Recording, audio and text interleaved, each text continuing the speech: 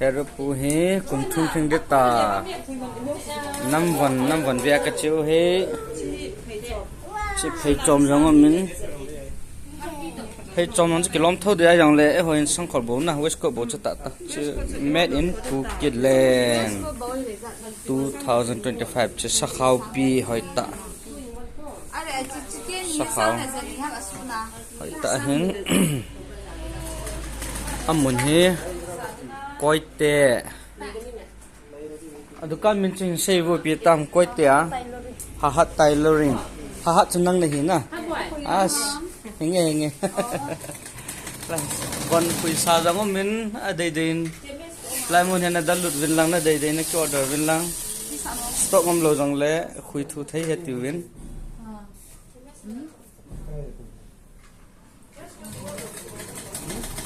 chita bang na dei ham ha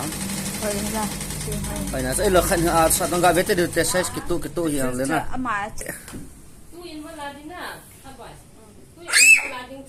boy chín na nào hivet boy nang birthday đi ra na nào sang khỏi thà này chứ tai acha kilom đi hila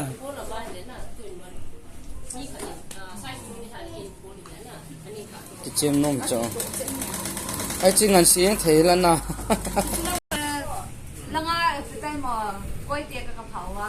còn cho trống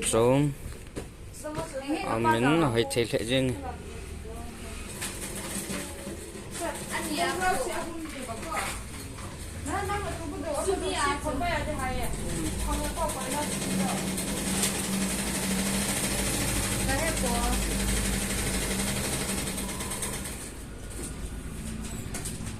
đeo chả rằng mình chịu thật thật nên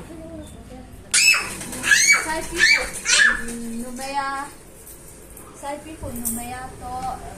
thang nam nó tiếp cái rổ lẩu nó rổ lẩu na aki pui sang là nó sang khỏi chân đây không acha nè thăm khách vào liền về giật lên nè lang về tiếp bơi phân video bye bye bye à cùng thum lên thiền đi dán nè hông cái nó hoa nó chả hơn dính vẫn ít khui tiêu chung